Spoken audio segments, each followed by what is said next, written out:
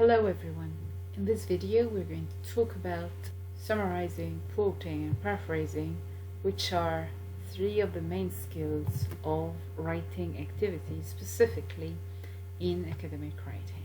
We're going to talk about the definition or the features of each of the three and the cases when you should use any of them or integrate the three of them in your essay or in your academic writing.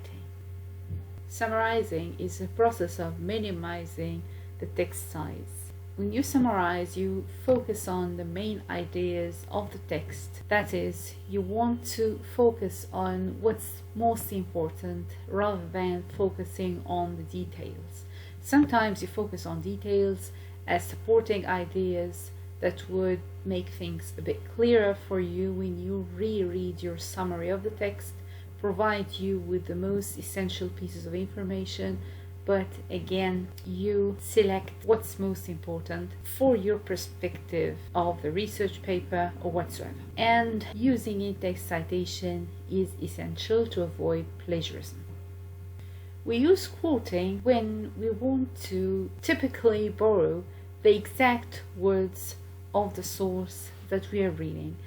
Maybe because we like the exact wordings that the author has used, or we want to keep the text as is. If we are writing a literary paper that requires quoting specific literary texts from the original source, literary extracts from the original source, be it a novel, a short story, or a poem, in this case quoting is required, and it depends on the length of the quote so that we use quotation marks or not. So if you're using or quoting lengthy sentences, a couple of sentences maximum, you're going to use quotation marks. But if you're borrowing lengthy blocks or extended parts of the text, you're likely to use indentation, and I'm going to shed light on this later on, but you're going to format it in a totally different way that would show your reader that this part of your text is not yours and is borrowed. It's quoted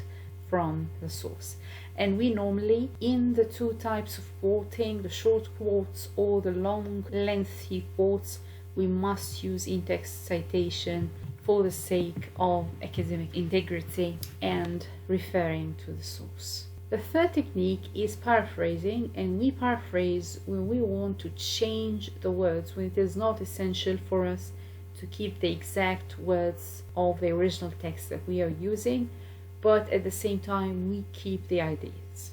So in paraphrasing, we change the words, keep the ideas, and still use in-text citation for the same reason of reducing plagiarism and at the same time for the sake of academic integrity. Now, when to use each one of them. When to summarize. We summarize when we want to cut a long story short, when we want to be concise and focused, and we want to pay attention to general or specific details in particular rather than the entire text. So we summarize parts of the text, or we summarize the entire text just to have an overall view of all the ideas that we have read within this text. Now, when do we quote? We usually quote or decide to borrow the same words because we want to keep the wordings, because it is essential, because it is required, because I want to keep the language of the source, maybe also because I like it. And lastly, I sometimes can decide to paraphrase when I want to change the words. Supposedly, if I'm using a text that is written, for instance, in Old English or Ancient English, I would like to restate it in a contemporary way. So in this case, I can use paraphrasing, and I also can use it to just simplify the words within the same level of writing that I'm using in my own piece of writing. At the same time, again, paraphrasing is when the exact wordings are not required. That is all for summarizing, quoting, and paraphrasing.